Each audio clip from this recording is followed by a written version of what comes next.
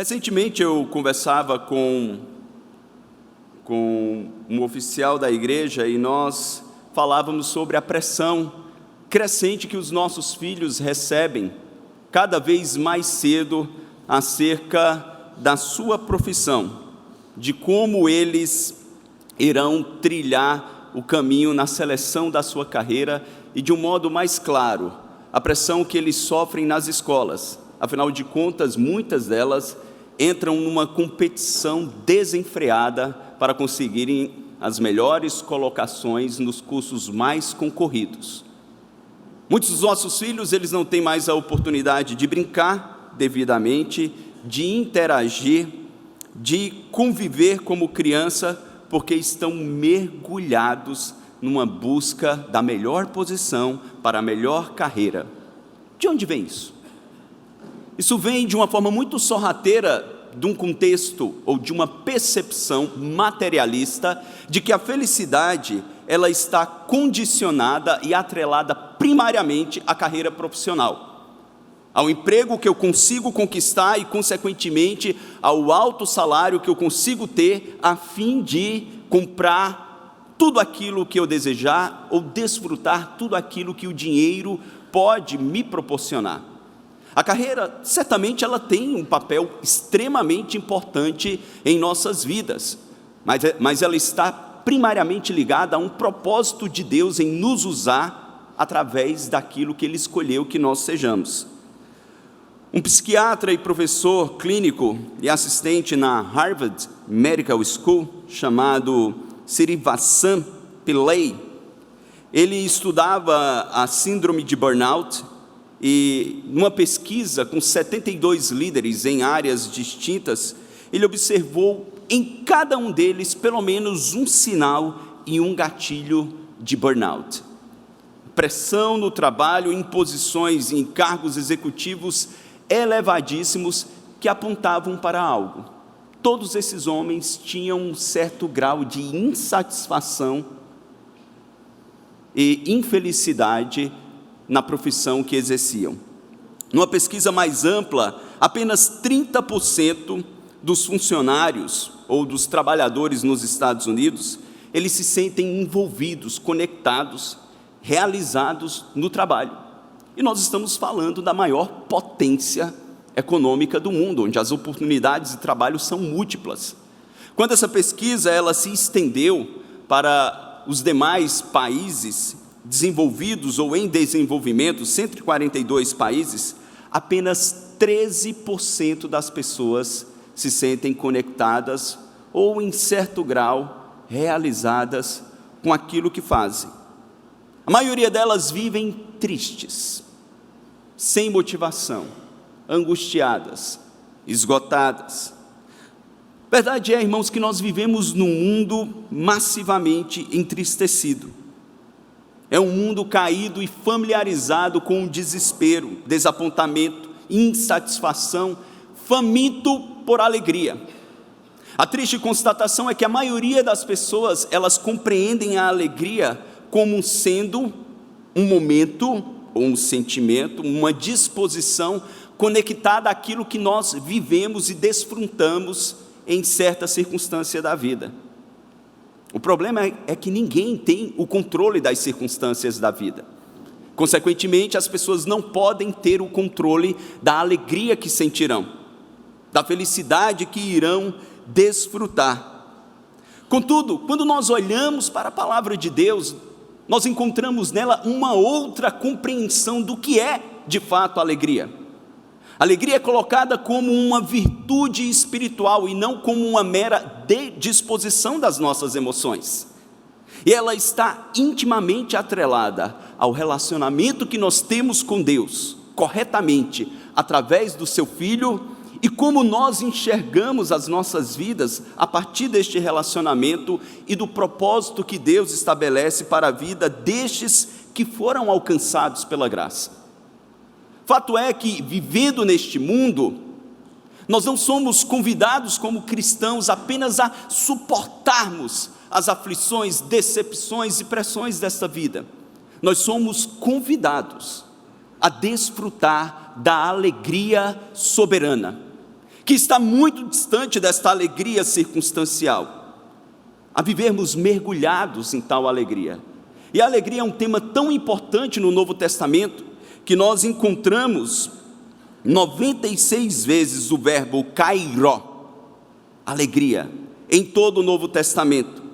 E quando nós incluímos as vezes que a palavra aparece como um substantivo, nós encontramos kará outras 59 vezes. É com essas verdades em mente que eu quero encorajá-los a alegremente abrirem as vossas Bíblias na carta da alegria, a carta que Paulo escreveu à igreja em Filipos, capítulo de número 1, e nós iremos mergulhar nessa manhã, buscando descobrir e desfrutar acerca do legado da alegria soberana, ou o convite à alegria soberana. Filipenses capítulo de número 1, leremos dos versos 1 ao 10. Não trabalharemos todo esse texto, mas leremos toda essa parte do texto sagrado. Verso 1 diz a palavra de Deus: Paulo e Timóteo, servos de Cristo Jesus, a todos os santos em Cristo Jesus, inclusive bispos e diáconos que vivem em Filipos, graça e paz a vós outros, da parte de Deus, nosso Pai, e do nosso Senhor Jesus Cristo. Dou graças ao meu Deus por tudo que recordo de vós, fazendo sempre com alegria súplicas por todos vós, em todas as minhas orações, pela vossa cooperação no Evangelho, desde o primeiro dia até agora. Estou plenamente certo de que aquele que começou a boa obra em vós, há de completá-la até o dia de Cristo Jesus. Aliás, é justo que eu assim pense de todos vós, porque vos trago no coração, sejam nas minhas algemas, seja na defesa e confirmação do Evangelho, pois todos sois participantes da graça comigo. Pois minha testemunha é Deus, da saudade que tenho de todos vós, na terna misericórdia de Cristo Jesus. E também faço esta oração, que o vosso amor aumente mais e mais em pleno conhecimento e em toda percepção, para aprovardes as coisas excelentes e serdes sinceros e inculpáveis para o dia de Cristo, cheios do fruto de justiça, o qual é mediante Jesus Cristo, para a glória e louvor de Deus. Amém? Feche seus olhos, vamos pedir para Deus falar aos nossos corações uma vez mais. Senhor, nós te bendizemos por tua presença gloriosa em nosso meio, pela obra redentora de Cristo, pela capacidade que o Senhor nos dá, através do nosso Redentor, de te adorar e de ouvir a tua voz na palavra. Ó Deus, tira dos nossos corações e mentes tudo aquilo que tenta nos impedir, nesta hora, de compreender a tua voz e de atender ao teu convite para desfrutarmos desta alegria soberana. Nós oramos confiantes, em nome e para a glória de Cristo Jesus. Amém. Queridos, nós estamos, segundo alguns estudiosos, diante da carta mais pessoal do grande apóstolo Paulo. De todas as 13 cartas, se nós colocarmos Hebreus como sendo de autoria paulina, 14 cartas, nenhuma delas, até as pastorais, ela é tão pessoal e tão íntima como essa carta de Paulo à igreja em Filipos. Para que nós entendamos um pouco o porquê disso, a cidade de Filipos era uma cidade muito importante, estratégica, ao leste da Macedônia, ficava ali no nordeste da Grécia. Ela ficava às margens do rio Estrimon, e ela possuía muitas minas de ouro no seu entorno. Essa foi a razão pela qual ela se tornou uma província do Império Romano no ano 356 a.C. Portanto, todas as pessoas que iam para a Ásia Menor passavam por esta cidade estratégica. E essa igreja, ela é fundada na segunda viagem missionária de Paulo. Os irmãos que leram o livro de Atos lembram bem que entre a primeira e segunda viagem, quando Paulo volta a Antioquia para compartilhar com aquela igreja o que Deus havia feito, ele tem um desentendimento muito forte com o seu parceiro, um homem muito piedoso chamado Barnabé, em consequência de João Marcos. E após esse desentendimento, Paulo então tem um novo parceiro de jornada missionária, chamado Silas. Quando então ele está pronto para retornar a todas as cidades que ele havia passado na primeira viagem missionária, em uma noite ele tem uma visão de um varão macedônico, dizendo para ele: passa a Macedônia e ajuda-nos. Ele compreende então que Deus os chamava para pregar o evangelho da Macedônia. Imediatamente eles mudam a direção da sua viagem e vão para a Macedônia. Chegando ali na cidade de Filipos, no sábado, ele decide, uma vez que aquela cidade não tinha nenhuma sinagoga, porque era necessário um mínimo de 10 judeus numa cidade para abrir uma sinagoga, uma casa de oração, ele então vai para as margens do rio daquela cidade, na expectativa de encontrar alguns judeus, alguns prosélitos que adorassem ao Senhor. E providencialmente eles encontram ali uma mulher chamada Lídia, o Senhor a converte e nasce uma igreja com muitos feitos extraordinários. Nenhuma carta ou nenhuma igreja tinha os afetos do apóstolo Paulo como esta igreja. Ele afirma e reafirma o seu amor, o seu carinho, a gratidão que era recíproco dele para com a igreja, e a igreja manifestava isso para com a sua vida e ministério. Mas, irmãos, nesta carta, de um modo muito especial, Paulo coloca a alegria cristã como sendo algo sublime, glorioso, soberano, que deve ser desfrutado por todo e qualquer cristão. Ele usa esta palavra, quer seja na forma de verbo, ou quer seja em qualquer outra forma, por 14 vezes, instruindo aquela igreja, a qual vivia um momento difícil. Era uma igreja desprovida de recursos financeiros, e principalmente o momento em que Paulo estava em sua vida.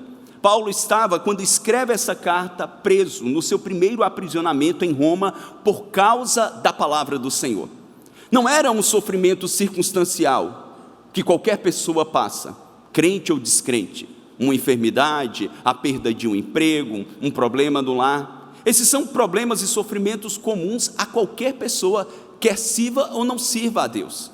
Não era o caso do apóstolo, ele estava sofrendo por causa do evangelho, por causa da palavra. Mas a atitude deste homem é tão nobre, irmãos, tão nobre, que ele não se preocupa primariamente com a sua condição.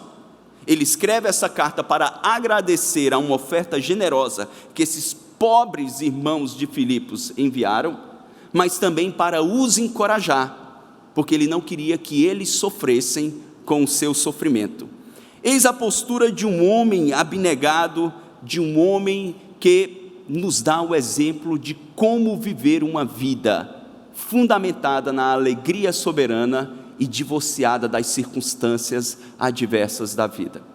E nesses primeiros versos que eu quero chamar a atenção dos irmãos e refletir com vocês, eu quero extrair com cada irmão elementos da alegria soberana. Quais são estes elementos que nós precisamos ter em nossos corações, cultivar em nossa vida, para que desfrutemos desta alegria que vai para muito além daquilo que você está vivendo na sua casa, família, trabalho, durante esses dias? E o primeiro elemento que nós encontramos no texto sagrado, no versículo 3, é a alegria das doces lembranças. O que Paulo cultivou para desfrutar deste contentamento era trazer à memória as doces lembranças desfrutadas na vida. Olhe novamente comigo o verso 3, quando ele diz: dou graças ao meu Deus por tudo que recordo de vós. Ele começa com uma expressão de gratidão, a palavra grega é eucaristel, é a mesma palavra que nós utilizamos para Eucaristia, um termo utilizado para a ceia do Senhor, um dos 2 sacramentos, que é o momento onde 2 vezes por mês, aqui na nossa igreja, nós nos reunimos diante da mesa do Senhor, nos lembrando do sacrifício vicário de Cristo, daquilo que Ele fez, e nós expressamos palavras de gratidão, de adoração, quer através de orações, cânticos ou expressões.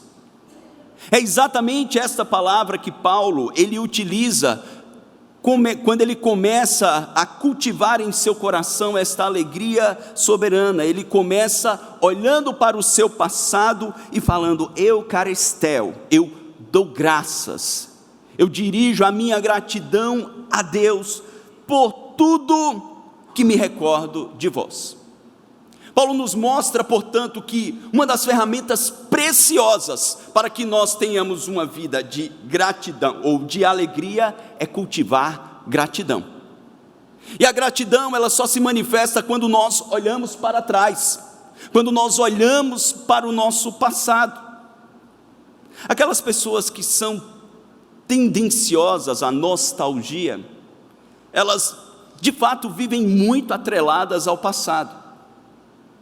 Só que essa ligação com o passado massivamente traz a tais pessoas tristeza, porque elas buscam rememorar o passado com um sentimento de perda, de não ter mais, de não desfrutar mais, de ter passado um tempo de glória e viver dias sombrios.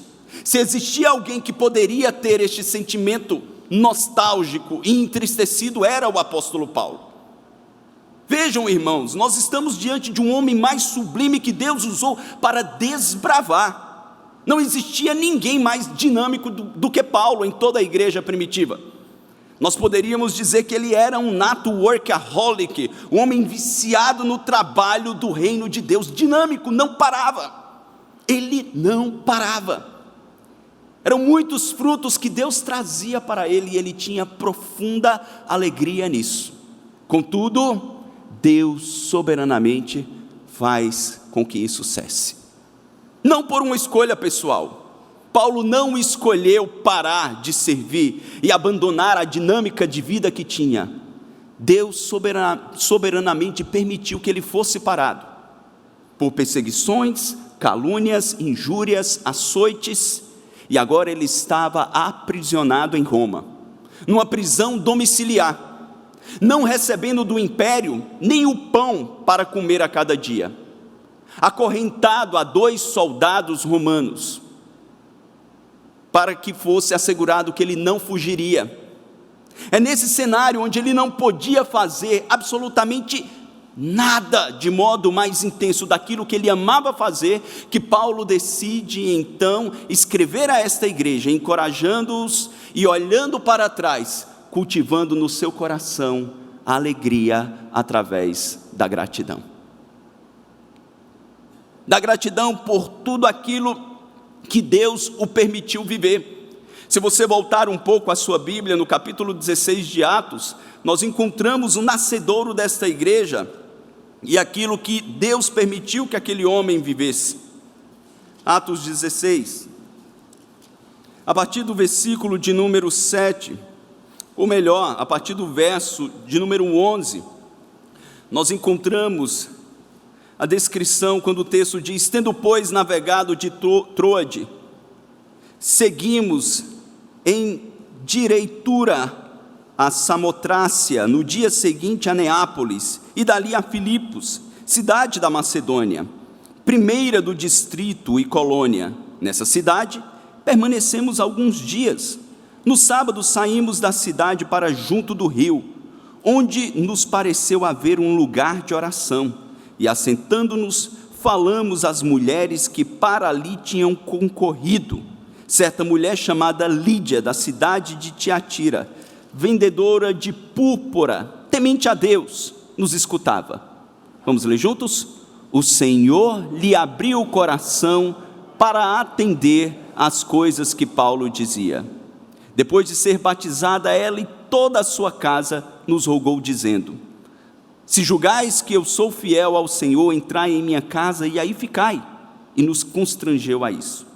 Paulo podia olhar para trás e se lembrar como Deus soberanamente os conduziu a Lídia, como o Senhor a alcançou, não apenas ela, todos da sua casa foram batizados, como ele foi acolhido amorosamente por aquela família.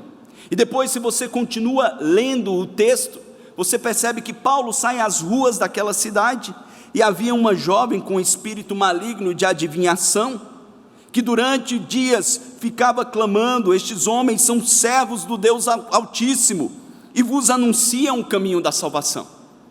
Depois de alguns dias, Paulo, constrangido, expulsa aquele espírito maligno, aquela jovem é liberta. Os homens ficam indignados, porque ela era fonte de lucro para muitos deles. Levam Paulo e Silas para a prisão, eles são açoitados, eles são presos a um tronco, mas por volta da meia-noite, ele e Silas oravam e adoravam ao Senhor, enquanto os demais presos assistiam, e Deus então manda um terremoto glorioso, onde as estruturas não caem do prédio, mas as correntes e grilhões são rompidos, as portas são abertas, e quando o carcereiro acorda desesperado, pensando que todos tinham fugido, ele vai então tirar a sua vida. Paulo diz: não faça isso, estamos todos aqui. Aquele carcereiro constrangido diz: o que farei para ser salvo? Paulo diz: crer no Senhor Jesus e serás salvo tu e a tua casa. O carcereiro e a sua família se convertem, e ali nasce uma igreja forte para a glória de Deus. Que experiência maravilhosa, irmãos! Quantas experiências gloriosas que aconteceram 10 anos antes dessa carta ser registrada. Portanto, quando Paulo estava ali aprisionado, ele não olha para o passado lastimando por aquilo que ele não tinha mais, por aquilo que homens ímpios e impiedosos lhe roubaram, por aquilo que ele não podia desfrutar mais. O que Paulo faz para ter um coração alegre em meio às circunstâncias mais adversas é se colocar diante de Deus em eucaristéu, em gratidão, olhando para trás e lembrando das oportunidades que Deus o deu ao longo da vida.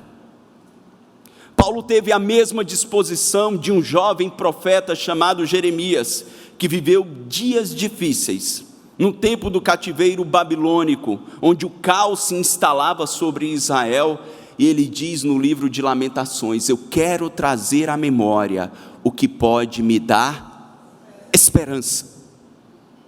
Paulo então procura trazer à memória o que pode lhe dar alegria. Todos nós aqui em nossa história com o Senhor, porque mesmo antes de conhecê-lo, ele já conduzia a sua história, meu irmão. Caso contrário, você não estaria aqui. Nós somos a viva e palpável expressão do cuidado de Deus, principalmente quando nós não o servíamos. Todos nós temos em nossa história muitos eventos e momentos onde a bondade, graça, fidelidade de Deus se manifestou em nossa jornada. Por isso nós precisamos, no presente, nos desvencilharmos das circunstâncias adversas que se manifestam continuamente e olharmos para trás, em oração, identificarmos os momentos onde a bondade, o amor, a providência e a graça de Deus se manifestou sobre as nossas vidas. E ainda que as nossas emoções não queiram isso, ainda que as nossas emoções estejam tomadas por tristeza, nós devemos sim agradecer. Paulo agradece por eles. Nós veremos noutra oportunidade que essa igreja ela tinha problemas. Esses crentes não eram perfeitos. Existiram eventos pontualmente onde ele se desapontou, onde ele se entristeceu. Mas o que Paulo decide fazer não é ressaltar as deficiências, não era ressaltar aquilo que havia de ruim. Paulo decide ressaltar aquilo que havia de mais nobre. aquilo que havia de mais memorável. Quando você olha para trás e se lembra das pessoas mais importantes no seu convívio ao longo dos anos, o que é que vem à sua memória primariamente? As decepções? As mágoas? Porque a nossa natureza pecaminosa, ela tende a fazer isso.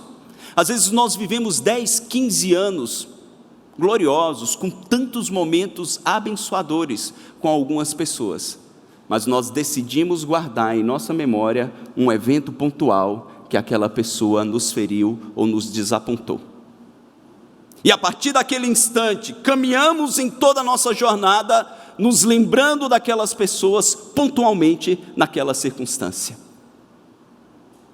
O lado muito ruim disso é que tal comportamento nos transformará em pessoas amargas, ácidas, críticas, que não conseguirão ter gratidão pelo que viveu. Olhe para trás, meu irmão. Quando a tristeza quiser lhe dominar, e tente se lembrar dos gloriosos momentos que Deus lhe permitiu viver com algumas pessoas, e seja grato, porque tudo isso veio do Senhor. Uma segunda disposição que Paulo, dentro de uma prisão em Roma, ele tem e nos apresenta como elementos essenciais para que nós cultivemos esta alegria soberana, além de nós cultivarmos e trazermos as doces lembranças aos nossos corações, Paulo nos apresenta a alegria da intercessão. Não era uma mera lembrança, mas era uma lembrança que conduzia o apóstolo a uma atitude. Observe o versículo de número 4, quando ele diz: olha, dou graças ao meu Deus por tudo que recordo de vós. No 3, no 4, juntos, fazendo sempre com alegria súplicas por todos vós, em todas as minhas orações. O pronome deesses, oração, é usado 2 vezes neste mesmo verso, com o significado básico de pedido, petição, súplica. E no Novo Testamento ela está sempre direcionada a Deus. Como Paulo mencionará dos versos 12 ao 21, irmãos, ele estava vivendo este momento extremo. Ele poderia, portanto, clamar por si. Ele poderia, portanto, priorizar em suas orações a sua necessidade. Afinal de contas, a sua condição era pior do que a dos crentes em Filipos. Estes, ainda que fossem pobres, estavam soltos. Paulo estava aprisionado, injustamente. Ele poderia ruminar em seu coração tudo aquilo de ruim que fez com que ele parasse naquela prisão, e intensificar as suas orações por ele mesmo, por suas necessidades. Mas aqui Paulo nos ensina um comportamento, irmãos, que nos conduzirá da tristeza para a alegria que vem do trono de Deus. É nos lançarmos a uma vida de intensa oração, prioritariamente pelo nosso próximo. O altruísmo é uma virtude cristã tão negligenciada em nossos dias, mas que se tornou o comportamento básico, majoritário, ou podemos dizer total, do nosso mestre. Quando ele veio ao mundo e disse: eu não vim para fazer a minha vontade, eu vim para fazer a vontade do meu Pai.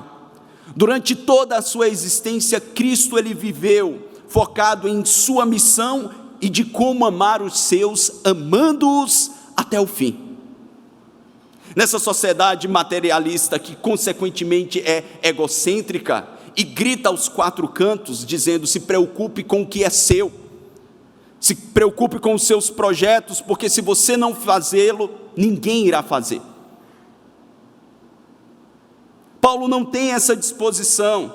Ele ora e com alegria ele suplica intensamente em todas as suas orações por aqueles santos. O que fica muito claro nos versículos de número 17 e 18, Fica muito claro nos versos mais adiante, aqui versículo de número 7, quando ele expressa o amor intenso que tem por esses crentes, e ele diz: aliás, é justo que eu assim pense de todos vós, porque vos trago no coração, seja nas minhas algemas, seja na defesa e confirmação do Evangelho, pois todos sois participantes da graça comigo, pois minha testemunha é Deus, da saudade que tenho de todos vós, na terna misericórdia de Cristo Jesus. E também faço esta oração, que o vosso amor aumente mais e mais, em pleno conhecimento e em toda percepção. Nos constrange, irmãos, sabermos que este homem passava por este momento extremo e que lhe trazia tristezas. Certamente Paulo chorou muitas vezes na prisão. Ele deixa isso claro quando escreve aos Coríntios e expressa o seu sofrimento em 2 Coríntios 2,4, quando ele diz: no meio de muitos sofrimentos e angústias de coração, vos escrevi com muitas lágrimas, não para que ficasseis entristecidos, mas para que conhecesseis o amor que vos consagro em grande medida. Era um homem que, à semelhança de todos nós, chorava, se angustiava, sentia desânimo, mas que quando todos estes sentimentos e disposições vinham ao seu coração, ele parava, olhava para trás, cultivava boas lembranças e se jogava na oração. Porque esta alegria, ela é de caráter divino, ela é fruto do Espírito, como o próprio Paulo listou escrevendo aos Gálatas, quando ele declara: mas o fruto do Espírito é... Onde estão os bons crentes presbiterianos que leem a Bíblia 1 hora todos os dias? Amém? Eu sei que você disse misericórdia, Senhor. O fruto do Espírito é amor, alegria, paz, longanimidade, benignidade, bondade, fidelidade, mansidão e domínio próprio. É algo que o Espírito gera. Quando Paulo então se propõe a não priorizar os seus sofrimentos, a não sentir pena de si e orar pela necessidade dos outros. Ele está focado em que os filipenses não sofram, em que eles cresçam espiritualmente, e ele se lançando em súplica diante de Deus. Deus tira do seu coração a tristeza pelas suas próprias dores e substitui por alegria.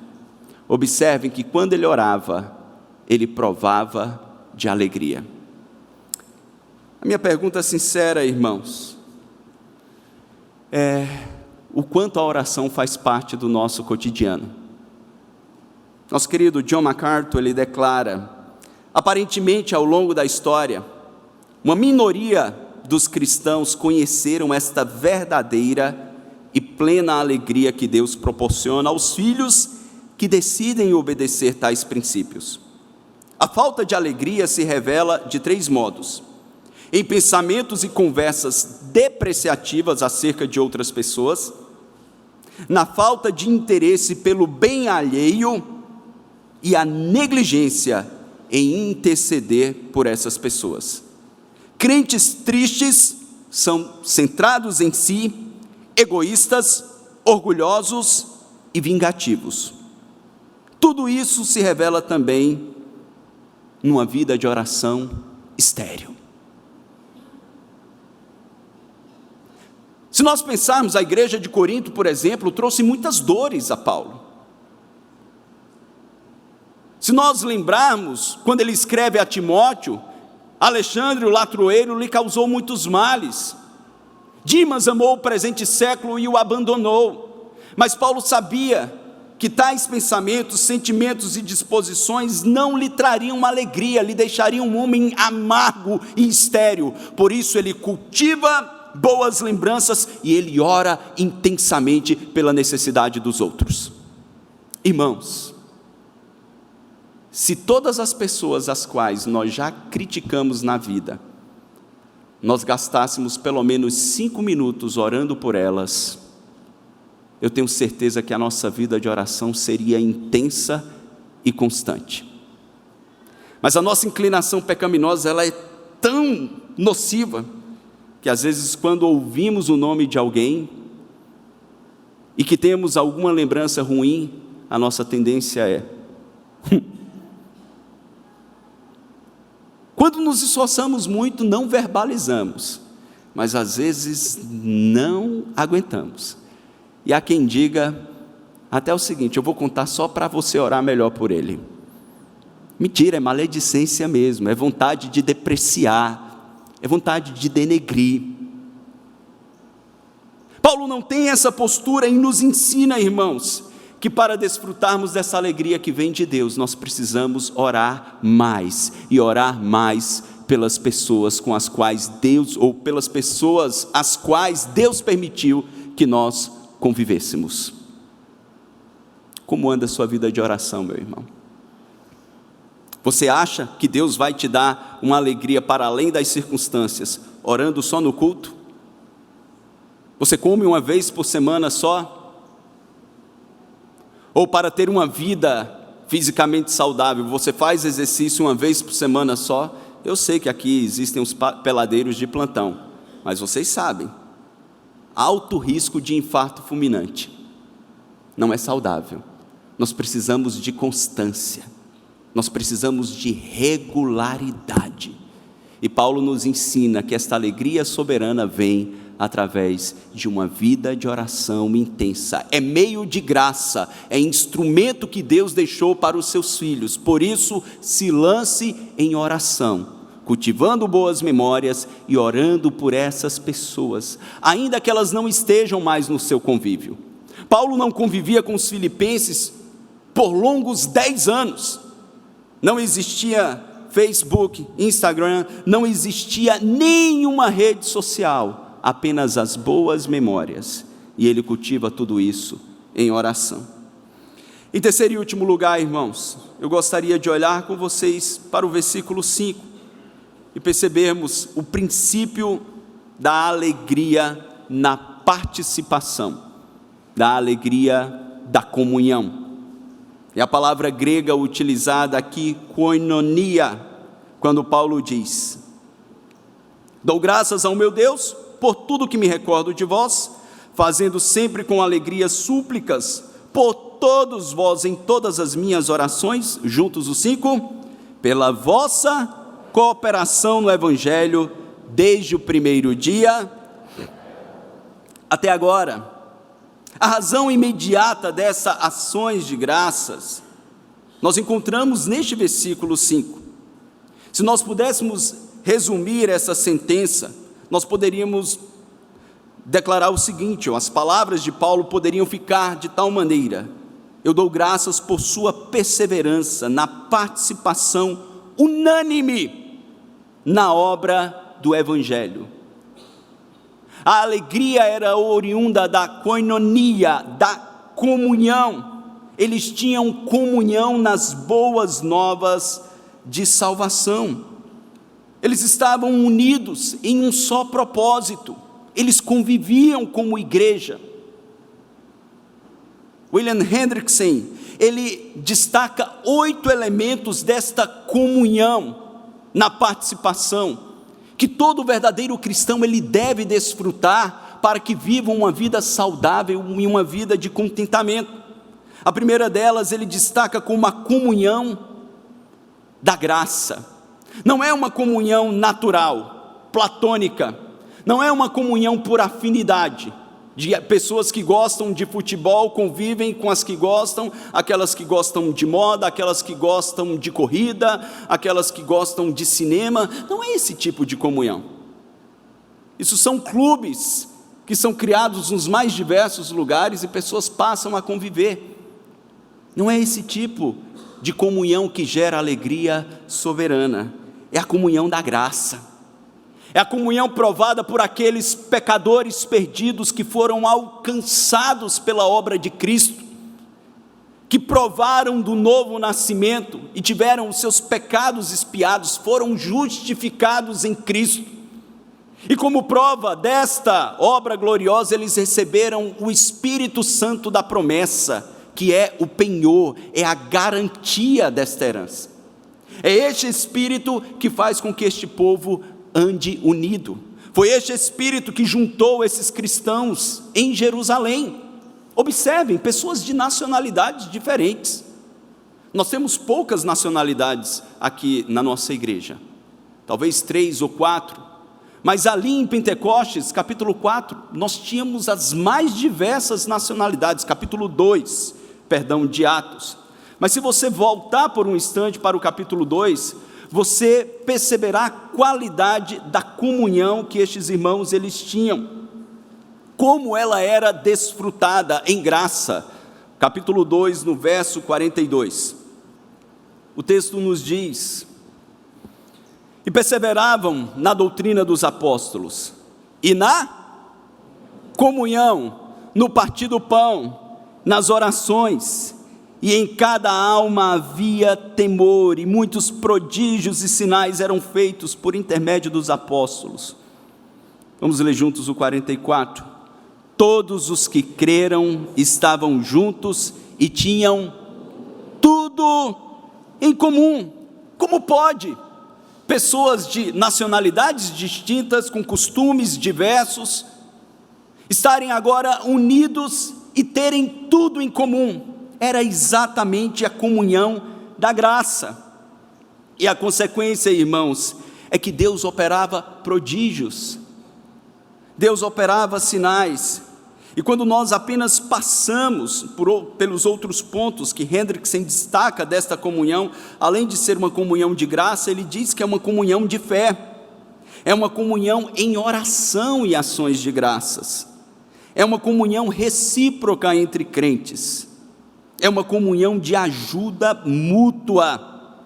Em sexto lugar, é uma comunhão que promove a obra do Evangelho. Em sétimo, é uma comunhão que se separa do mundo perdido.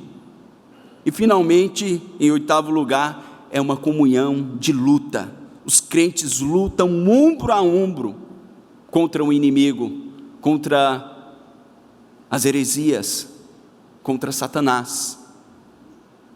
A igreja em Atos compreendeu isso, por isso eles estavam alegres, mesmo não tendo nada e tendo diversidades. A igreja em Filipos compreendeu isso, por isso eles estavam alegres, mesmo Paulo estando preso injustamente, e estes irmãos empobrecidos, eles estavam alegres porque eles compreenderam que para desfrutar de tal alegria, era necessário olhar para trás e trazer boas memórias, era necessário ter uma vida de oração intensa, e era necessário cultivar comunhão no corpo de Cristo.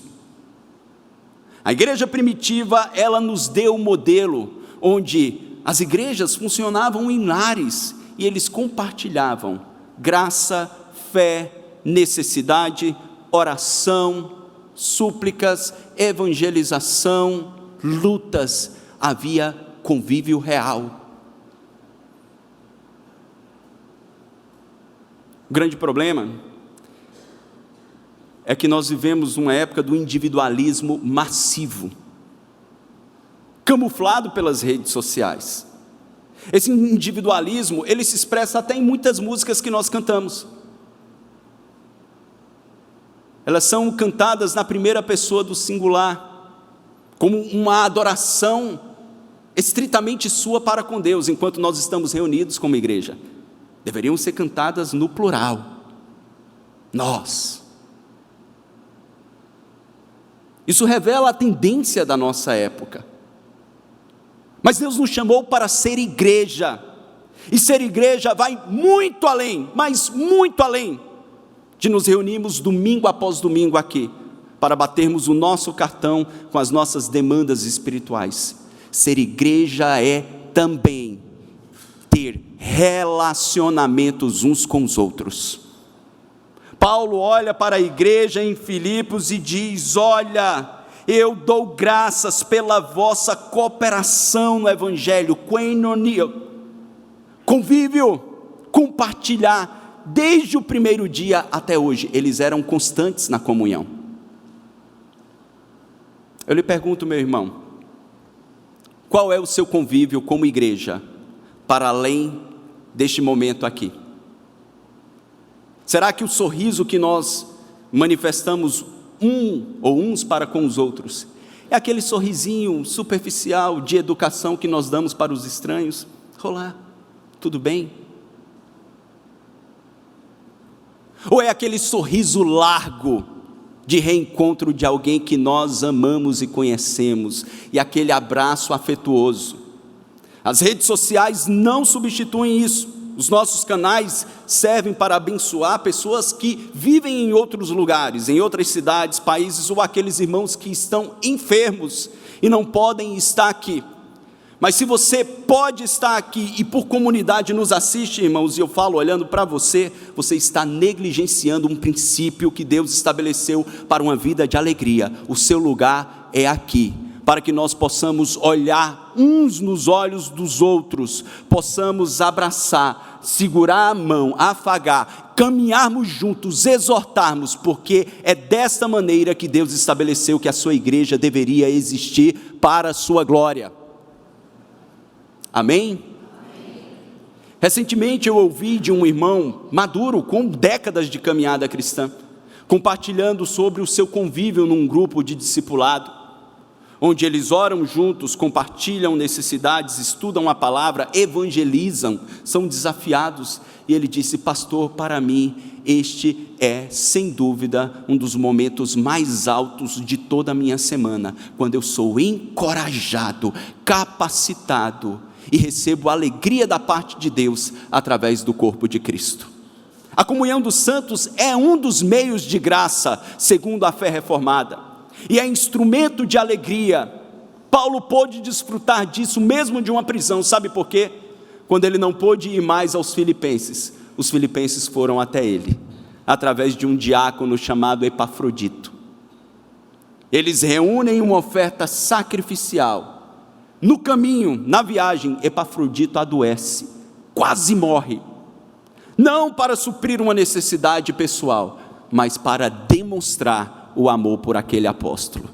E ele chega ali em Roma, quase falecido, mas Deus o poupa, cura,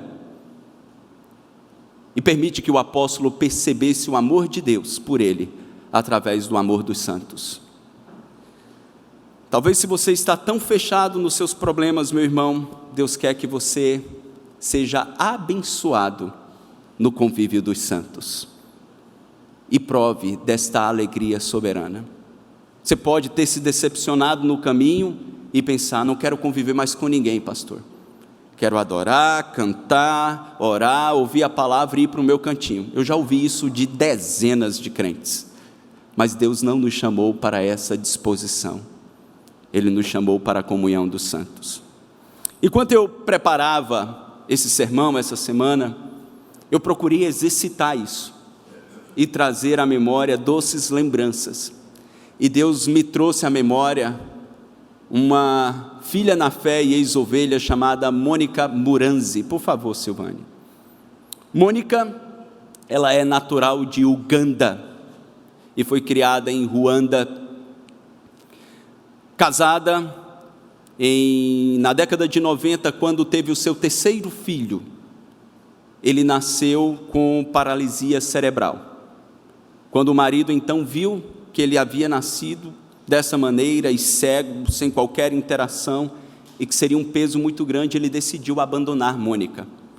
E Mônica fica no auge de uma guerra civil em Ruanda, com 3 crianças, sendo uma deficiente, totalmente dependente.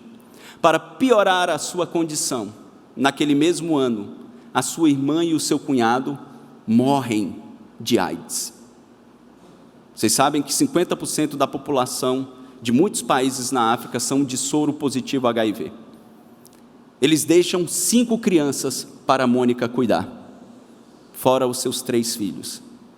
Sendo a mais nova, a caçula, soro positivo, que foi contaminada no parto. No auge dessa miséria, na guerra civil, um japonês da Cruz Vermelha estava ali e contrai malária, e Mônica, mesmo nessa condição deplorável, ela cuida deste japonês. Ela encontra tempo para se preocupar com o estrangeiro que estava ali. Ele se apaixona por ela, casa e a leva para o Japão.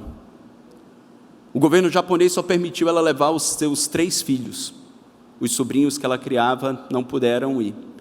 Um dia eu estava na imigração em Nagoya, com um irmão que estava resolvendo um problema, e enquanto eu aguardava na recepção, eu vi um grupo de africanos. E pensei comigo, eu vou me aproximar, conversar e falar de Cristo para esses africanos. Dentre esses estava Mônica. Eu falo, e a semelhança de Lídia, aqueles outros foram educados, mas ela disse, eu preciso ouvir mais sobre isso.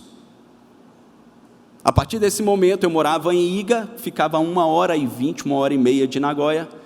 A cada 15 dias, eu e um diácono da minha igreja, pegávamos uma van e íamos buscar Mônica e Richard, que tinha 17 anos, com paralisia cerebral, totalmente dependente. E essa mulher cuidava sempre com esse sorriso largo no rosto. Quase todos os fins de semana, Mônica ficava lá em casa, nós pregávamos o Evangelho. Mônica entendeu e em 2010 ela entregou a vida a Cristo. Foi batizada em nossa igreja, se tornou uma membro comungante e era um exemplo de alegria, sempre adorando ao Senhor com um sorriso e empurrando o seu filho numa cadeira de rodas para cima e para baixo. Em 2012, ela mandava sempre recursos para esses 5 filhos adotivos na África. A sua filha, de 17 anos, soro positivo, teve a sua condição agravada. E os médicos disseram, ela tem no máximo 2 meses de vida. Você precisa vir se despedir dela. Mônica não tinha dinheiro, ela precisava ir e levar Richard, e era uma despesa de $3.000. Eu me reuni com o conselho da igreja, nós tínhamos uma reserva para comprar o terreno na igreja lá, e o conselho entendeu que pessoas valem mais do que coisas, e decidiu tirar os $3.000 dessa reserva e ofertar para Mônica e se despedir da filha. Quando eu disse para ela que a igreja ofertou, logo após o culto, ela, em êxtase, ligou para a filha para dar a notícia. E eu gravei esse momento em que ela ligou para a filha para dar a notícia. É um videozinho de celular, mas eu peço que Silvana coloque.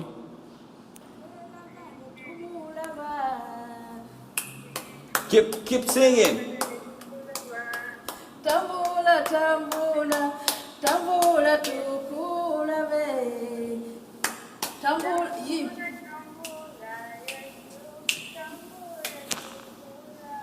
wetwalinga tupangisa Yesu, yatambula ne tumulaba.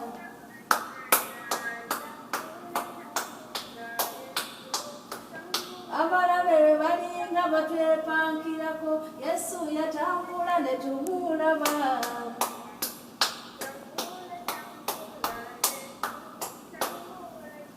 Setani bwe yali yegulumiza, Yesu yatambula ne tumulaba.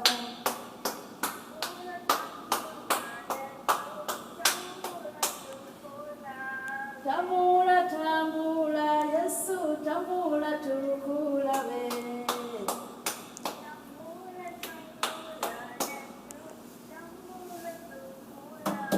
Amen, amen. In the name of Jesus. Ela ligou para dar uma notícia, falando com a filha que estava internada no hospital. E elas simplesmente cantavam. Por isso, eu resolvi gravar. E no dialeto deles, a canção dizia: quando tínhamos problemas, Jesus veio e nos ajudou. Quando estávamos doentes, Jesus nos confortou. Quando estávamos aflitos, Jesus veio e nos alegrou. Ligando para dizer que iria se despedir. Como eu fui abençoado e enriquecido através do convívio com essa irmã e seu filho no meu lar. Deus tem alegria para o seu coração, meu irmão. Muito além do que você vive. Eu quero orar com você nessa hora. Senhor, nós queremos te pedir perdão, porque tantas vezes nós permitimos que a insatisfação, a tristeza, o desânimo dominem as nossas almas, quando nós somos tão afortunados, quando nós temos tantos motivos para ser grato, quando, ó Deus, temos tantas boas lembranças para rememorar e cultivar a alegria em nossos corações. Ajuda-nos, Senhor, nesta hora, a olharmos para o nosso passado, não com amargura, não com pesar, não trazendo memórias ruins que nos lancem para baixo, mas ao contrário, traz a memória de cada um dos teus filhos que aqui estão, as mais doces lembranças do que o Senhor nos permitiu viver, e que nós possamos cultivar gratidão, orando intensamente, investindo tempo em tua presença, por aquelas pessoas as quais o Senhor nos permitiu conviver, ou nos permite conviver hoje, que nós possamos descobrir, Senhor, a doce alegria da vida de comunhão, da vida de intercessão e súplicas, e finalmente, Senhor, ajuda-nos a ser igreja, a sermos igreja para muito além de um culto dominical, que é extremamente importante, mas não é suficiente para que desfrutemos desta comunhão. Ajuda-nos, Senhor, aqueles que estão chegando agora, que possam procurar um pequeno grupo, um grupo de discipulado na igreja, um grupo de oração como Crescer, que possam se integrar, porque certamente existem pessoas aqui carentes do amor deste teu filho, e este teu filho certamente está carente do amor de outros irmãos. Ajuda-nos a ser igreja, em comunhão, e desfrutarmos da tua alegria, da alegria que vai para muito além das circunstâncias. Nós te pedimos com ações de graças, em nome e para a glória de Jesus. Amém. Deus tem alegria para o seu coração.